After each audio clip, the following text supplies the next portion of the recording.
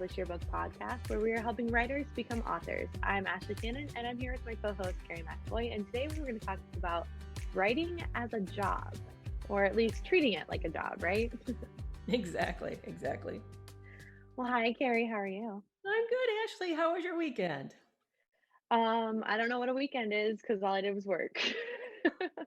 Yeah, they do tend to blur together. I do the same. I work a lot, work almost 7 days a week. Well, probably pretty much. I have a feeling you do the same. You work as much as. Definitely. Hmm.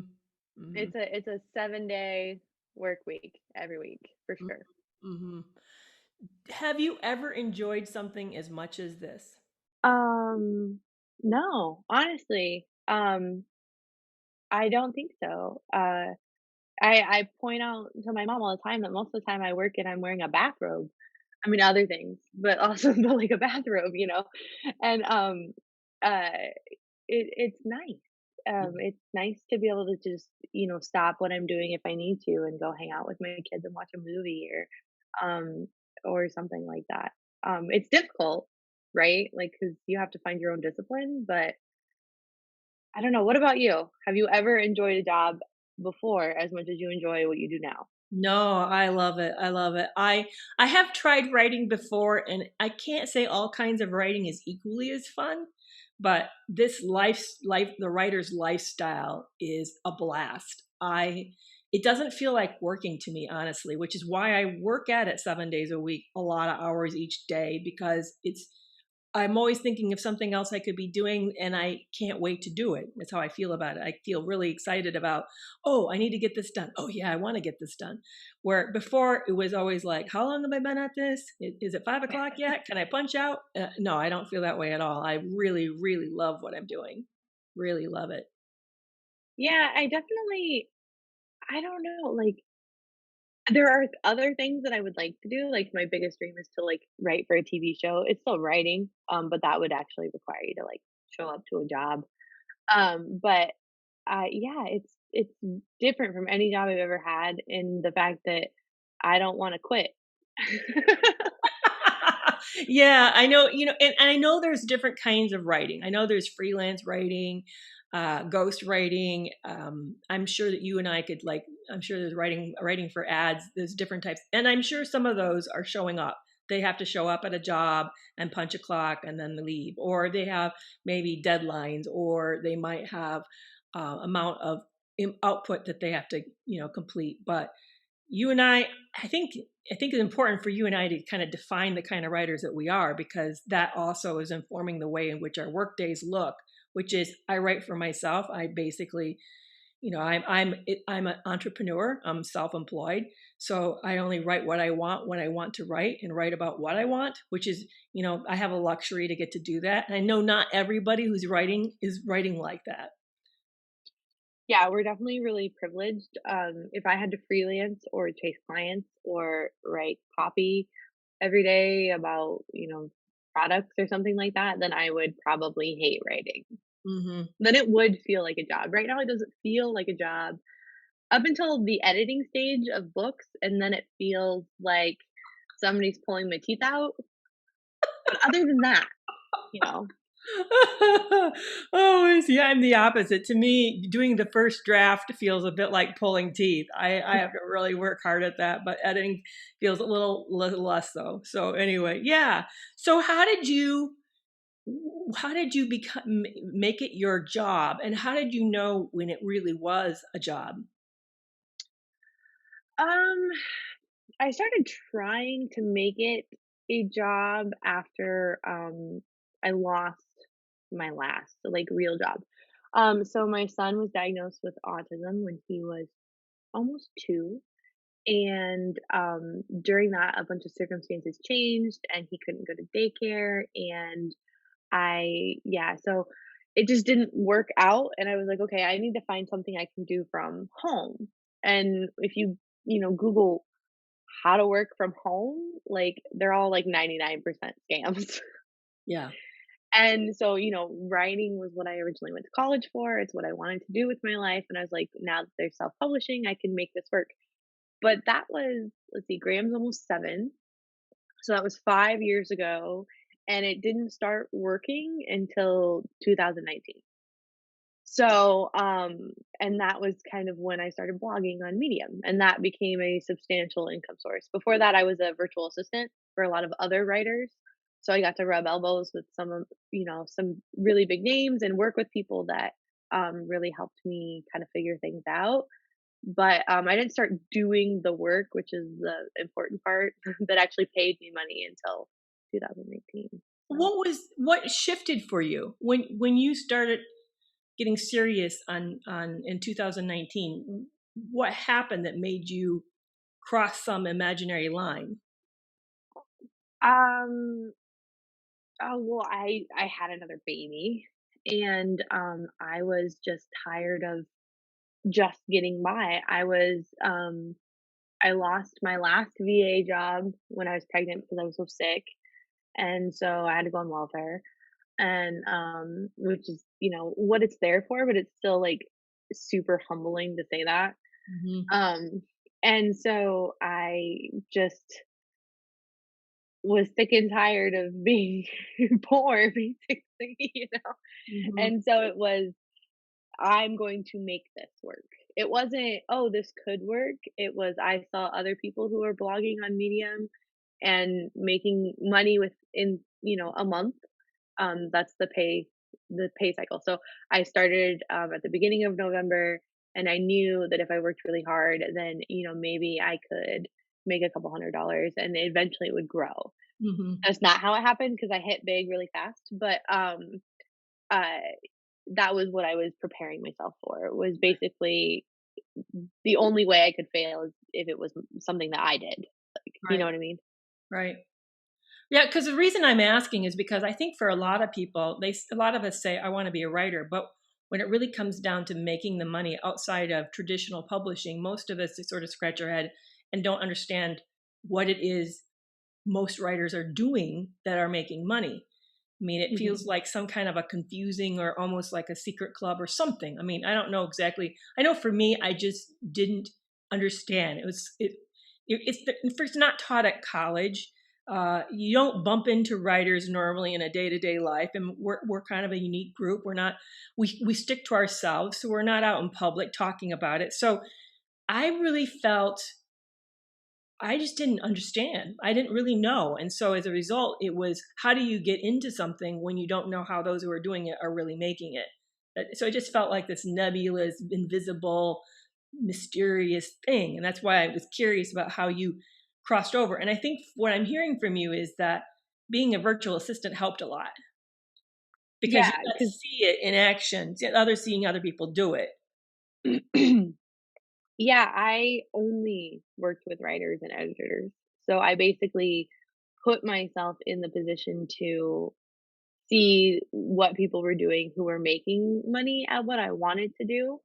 When you're a virtual assistant, you can pretty much do anything. I could have worked for, mommy bloggers or, any type of business, but I chose to only work with people who were in the industry I wanted to be Hmm. Hmm. Yeah, for me, it was really, I mean, I started writing in 2006, but I didn't really have a sense of what it looked like. I ran into a couple of people who were making a living successfully as a writer, but they never shared what their work life was like. I didn't know. I mean, I knew one, for example, she's a traditionally published author, puts out a book a year. And she actually spends 3 months each year writing the rough draft, and then then it gets taken over by the publishing house, and then she gets published with I don't know how fast. I know that takes a long process. It's in. not Yeah. super fast, but she has a pipeline of one a year is her, but I never really heard what her day to day life looked like. I mean, does she do anything in between? I don't really know. So for me, it was really a mysterious thing for many many years. It wasn't. I have to say, it really wasn't actually until I started into this, and you and I started exactly the same time. Yeah.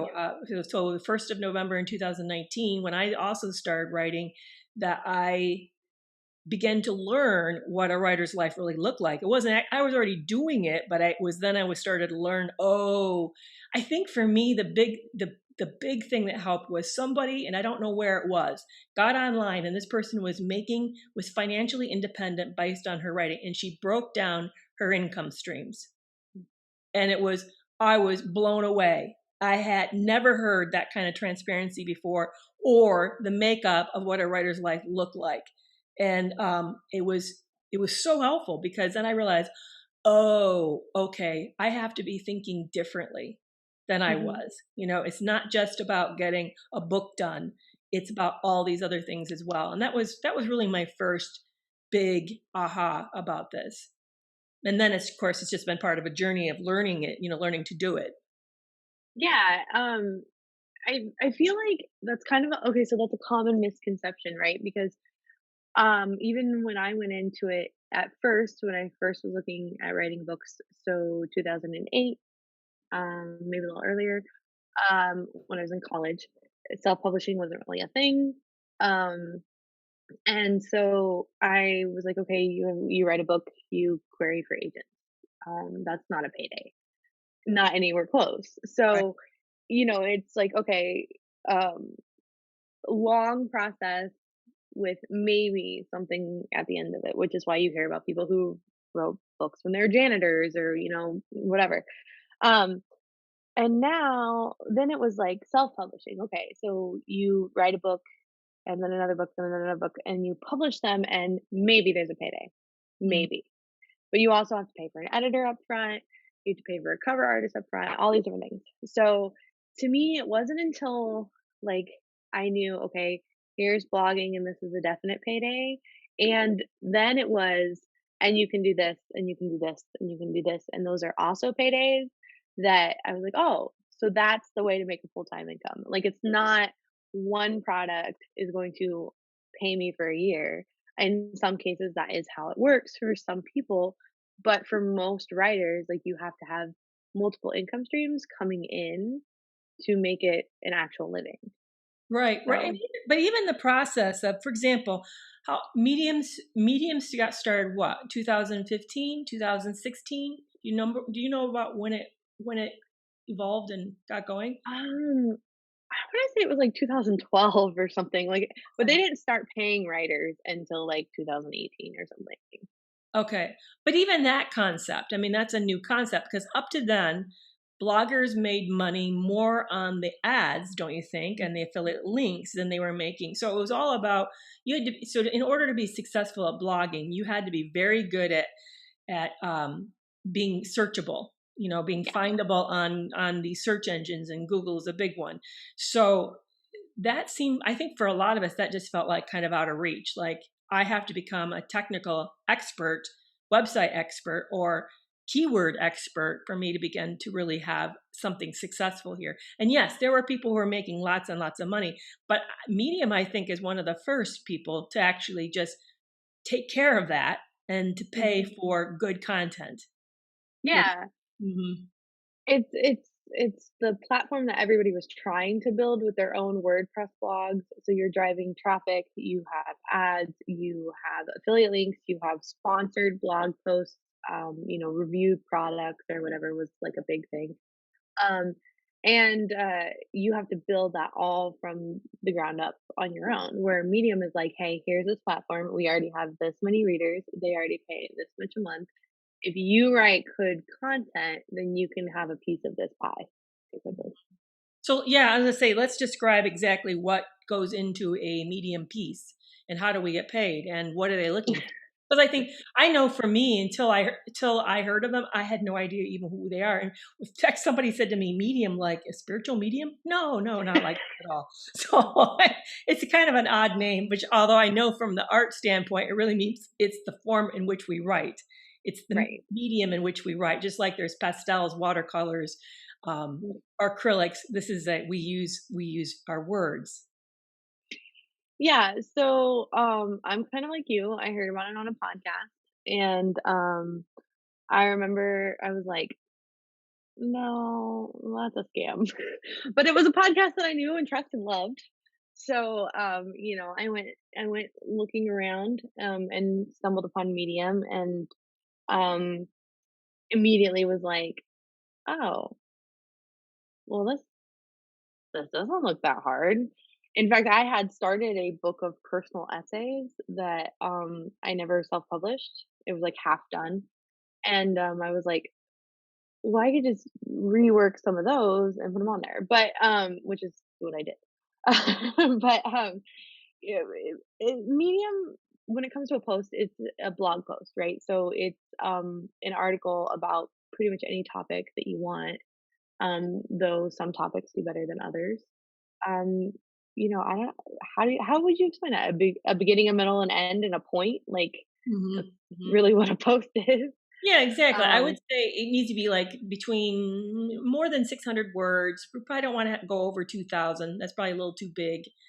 But it's an essay that has a theme, and you share your story in the middle of the essay, and you leave with a takeaway. How I would kind of describe it.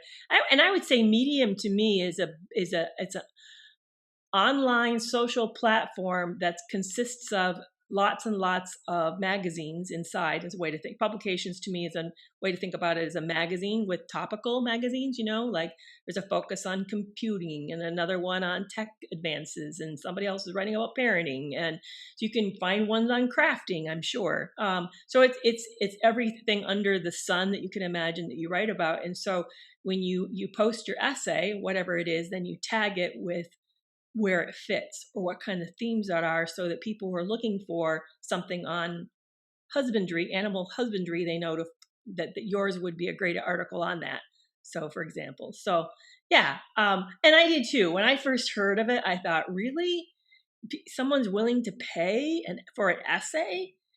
And then I think the other thing that shocked me is to find out that you and I both write about relationships a lot, and love, and complexity of all of that. To find out that not only is Medium interested, but other publications, online publications, are interested, and that they're actually scouting essays. So yeah, yeah, so it becomes a way, if you do well, for you to come to the attention to other editors. yeah, that's something I found extremely, interesting. It wasn't very long. I think it was, like, my 3rd month, maybe my 2nd. I think it was my 2nd month.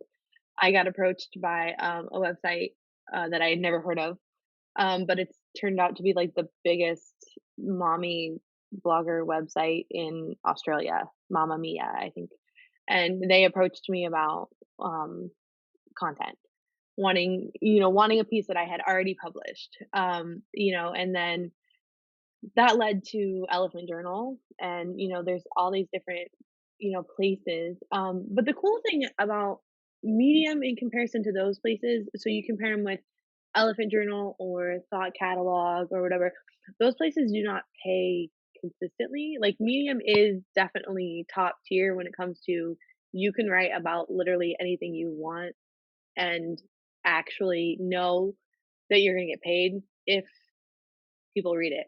Whereas, other places it's more about, you can build your social following if you post on Elephant Journal. I've been posted on Elephant Journal. I never got paid for it because it didn't reach the top. They only pay like the top articles.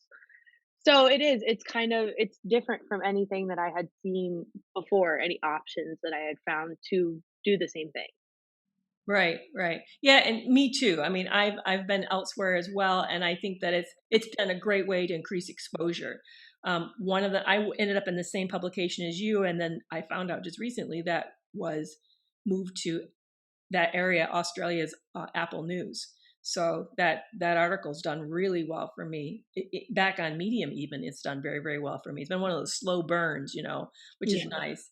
Yeah. But how do you see blogging fitting into the writer's life? So blogging, obviously, as writers, is a big part of our lives. I mean, I try to publish. I was publishing 2 to 3 a week. I'm now up in it to 5 to 7 a week for a moment, because I want to like push my profiles a little bit, grow brand, grow audience faster.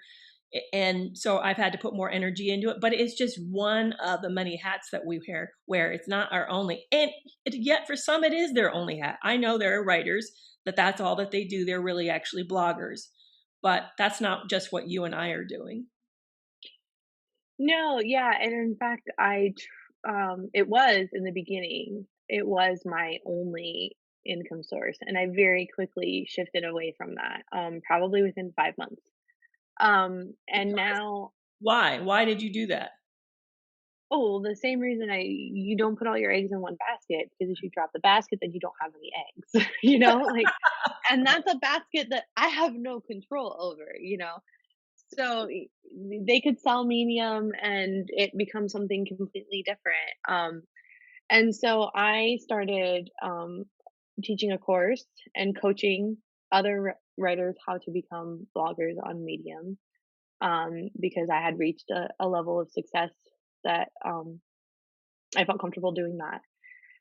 Even though, well, I mean, I had total imposter syndrome about it because I've only been doing this for 4 months or whatever, but like, it was something that I learned pretty quickly. Um, and then I have my books that I'm working on. I take very rarely I take private coaching clients. Um, but it's still blogging is still, I'm gonna say, 60% of my income. Um, Maybe even closer to 70% right now. Because I'm not teaching any classes or anything. But I'm saying that and it kind of scares me a little bit. I'm kind of like, man, I gotta open up a little bit more, a couple more income streams. Um, and that's just kind of how it works. When they did that, they Medium goes through big changes. It seems like every 6 months there's like a big change, and everybody's earnings dips.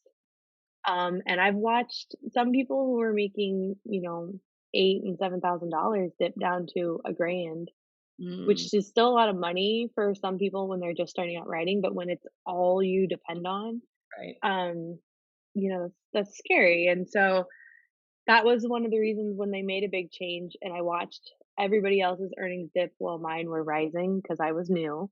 Um, I was like, "Oh, okay. I can't count on this to be everything." Right. So, but it is, I mean, what would you say, I mean, which you don't have to say if you don't want to, but I mean, what percentage of your income that comes from writing is blogging? It's 100% right now. Um, Yeah, and no, and I don't like that, but you and I are doing a lot of new endeavors together and a lot of new endeavors on our own that that's the other hard part about writing. It's always you have to build momentum. To me, it reminds me of trying to roll a snowball down a hill. When you start, you've got this tiny little thing, a tiny little ball, and you have to build on it. And by the time it ends the bottom of the hill, you've got something large. So we're both in that same spot of building several things that will, I'm confident, will really grow big. Because one of the things that's also really hard is in the beginning, you don't see immediate gains. So it's hard to know that what you're doing is working. Um, for example, one thing we've not been very transparent about, but let's go ahead and say this on Medium, 92% of the writers make less than $100 a month. Only I eight. think it's less than that. I think the last email I read said five. Okay. So somewhere between, 5% of writers, active writers on Medium, right, made more than $100 in the right. month of January. So somewhere between 5 to 8%. I was being a little on the generous side. Yeah, writers are making less than 800 a month. I know writers who make less than $1 a month on Medium. You and Oh, I, yeah. however, make a lot more than $100 a month on Medium. Well, and you have to take that, for me, I've always read, because they send that out in an email, right? Mhm. Everybody knows these stats. Medium is not always transparent, but they are transparent about this. And, About our income. right? Um, but right next to that stat of only 5% made $100 is the highest paid writer made $47,000 last month. And I'm like, that Right, was not me, but it will be someday. Like, you know what right. I mean? There are, I would say, a group of, I can probably think of, for those of us that are transparent about how much money we make, I can think of 50 of us, maybe, who make more than a grand. Mhm. And then I can maybe think of 30 of us that are transparent. So there obviously is probably more than this, but 30 of us that make a full-time living. Right. So it is like, for most people, it is a snowball that you have to build up to become something more. I always laugh when people say that, though, is because my snowball went from like this to like really, really big in 30 days. Right, So, right. but But then it's keeping that up. Exactly, So and that's not true in every aspect of your life. I mean, there are things that you're doing as a writer that you right now, you are doing it on faith that it's going to become something much, much bigger. And I think even the reason to say this is because this is the hard part of sticking it out, mhm, of doing the work every single day, showing up on the belief that it's going to grow and become something more. What helps is when you have that experience, you see that it happens, or you know that people that it's happened and say, I can do this too. mhm. I know for Yeah. I know for me that when I first started blogging on Medium, I told my sons I was going to make more than 2,000 a month, and they laughed. They laughed, and I did it in 5 months. I crossed over 2,000, and then now my son, whenever I say a new goal, he goes, "I'm not saying anything because you probably are going to show me that you can." Yeah, right? They don't laugh no more. That's right, exactly, exactly. So No, that to me, yeah. yeah, the very tough part is just to do that, to stick it out. That is the problem I have, and I almost feel like I kinda did it to myself when it comes to students. Mm, Because I did a lot of people make money by writing about how to make money on Medium or how much money they've made. So after my first month, I did that, obligatory post of this is how much I made in 30 days. And at no point in that post was I like, this is, I'm the exception to the rule. This is not how it normally goes. So then when I started teaching classes, it was like, oh, I want to be like you. mhm, And I mean, that first month, I probably wrote every single day. right, So it's almost like if you're not, there's no way that you'll be even close to that amount of money in 30 days if you're not going to do the work. Like I showed up and did the work. right. And so it's kind of hard to impress that. A lot of people think that they can blog 2 or 3 times a month and make that kind of money. And I mean, maybe if you're Chrissy Teigen or Barack Obama, but other than that, like, nobody on Medium is showing up twice a month and making that kind of money. No, They're right. just not. Or writing about the wrong topics. I think it takes Mm, being smart about a lot of things. You have to know how to construct an article that's going to keep people reading. You mhm, have to write about an engaging topic that people want to read about, and then you have to consistently do it so they remember who you are. And mhm. that takes a lot of discipline. That it's hard. It's hard to find that. Yeah, 'cause it's the same thing as, like, picking a genre for a book. A lot of people do not wanna niche down when it comes to blogging. They wanna be able to go on there and write about knitting one day and then food the next day and all these different things, and that's the one thing that I try to press upon people who wanna blog the most. Like, you still have to pick a niche. You still have to pick, you know, maybe a couple of related topics. So I write about parenting, mental health, and relationships. Those were the only 3 topics I hit for, like, the first few months. Hmm. So then people knew what to expect from me. Hmm. And I Exactly. know you do the same thing. I do. I do. Yeah. It's relationships, dating, love, sex, and mental health. Yeah. And I pretty much stay on those. Once in a while I'll veer off, but those articles don't do well. People are not expecting to see them from me and they're not interested in reading them. So I haven't tagged myself as a specialist there. So, okay, so blogging is a piece of it, but what else are we doing? Okay, so for me, I do have, one client that I am VAing for right now, which was more of like a I wanna soak up all the knowledge that she has, so, but that I also get paid for it. So there is a small income stream. I do not for anyone listening, I do not VA for anyone else anymore. It's not, Like, please don't what go I'm to you doing. saying, "Hey," Please don't ask me, exactly. like yeah, no.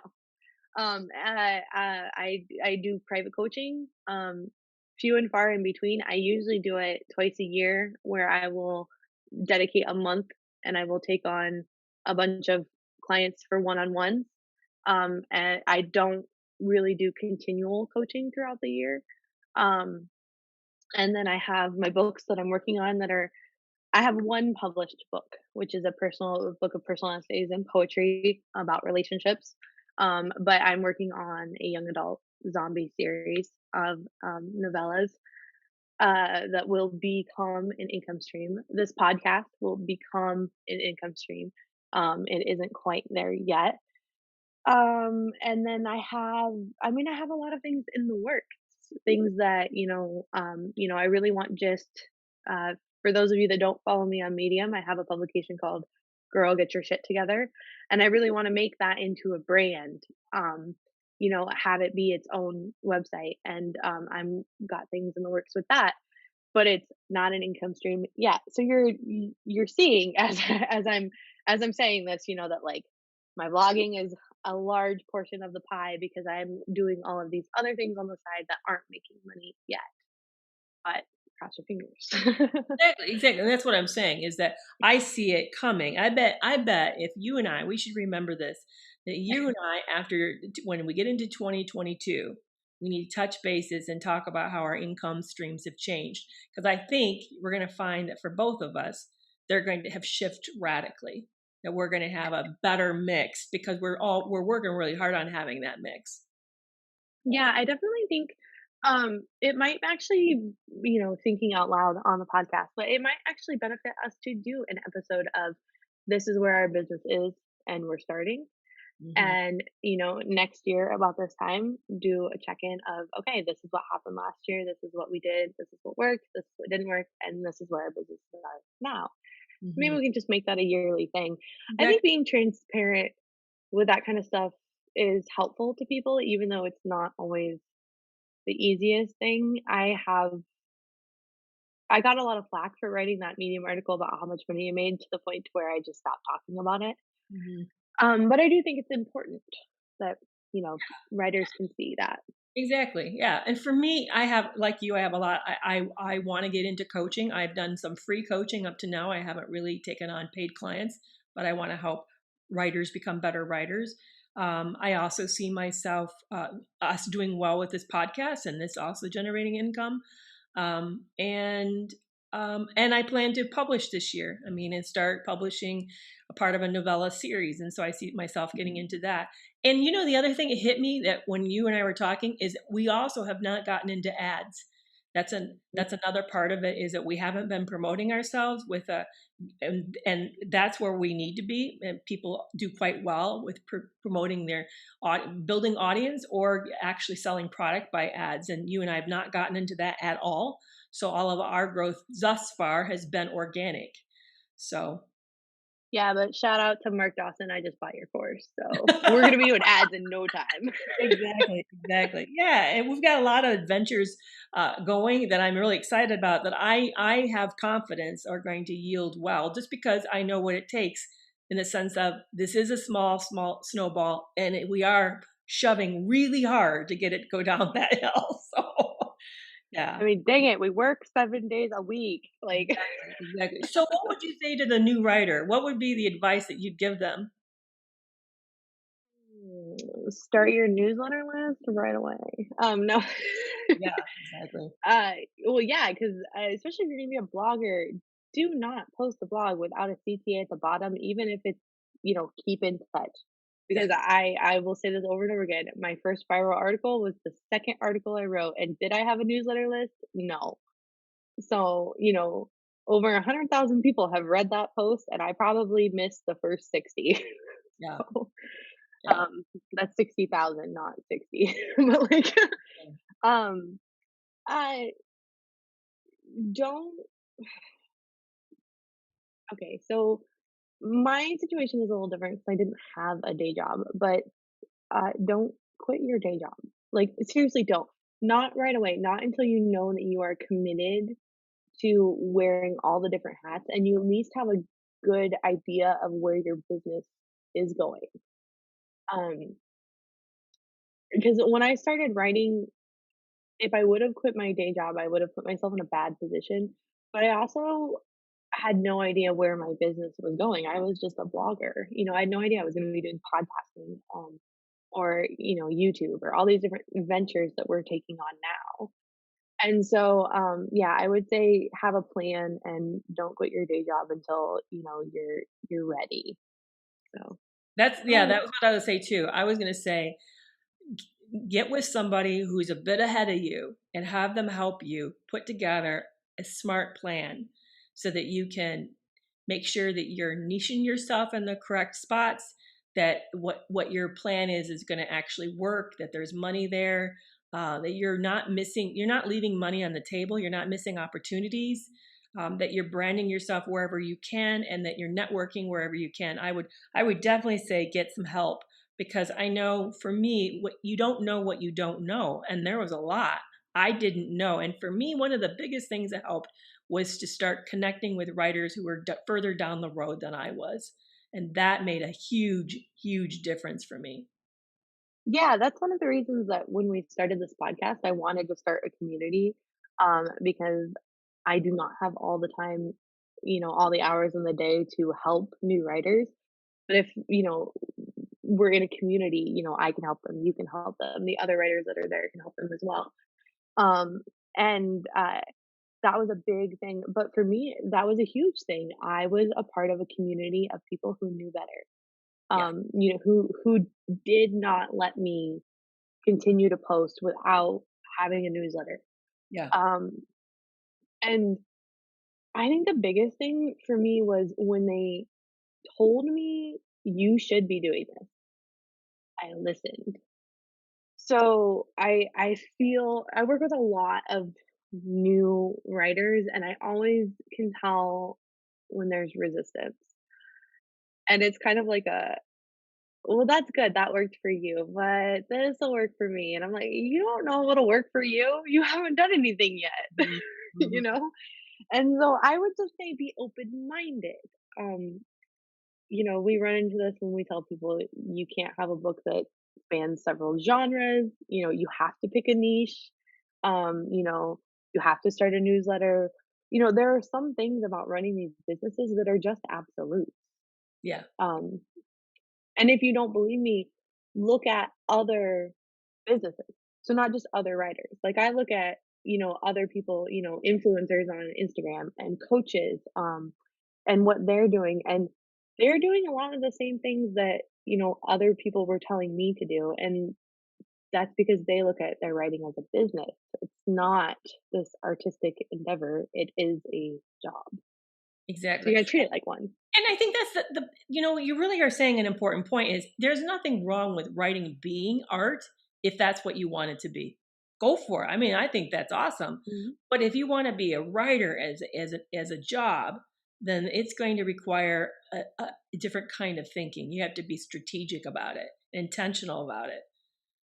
Yeah, I d I think anybody can write however they want and make a living out of it, but, it's gonna take a lot longer for them to do it their own way and make these mistakes that, you know, they kinda make along the way because they don't have anybody helping them or guiding them or they're ignoring advice or whatever.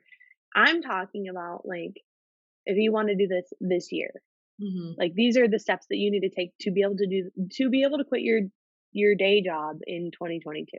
Hmm. Now if you wanna write, Faulkner-esque type novels and only be traditionally published and go the agent route, then, you're gonna have to hold on to your day job for several years more than likely. Right, So right. it's just figuring out what's important to you. For me, I didn't have a day job, so I wanted to provide for my family as quickly as possible.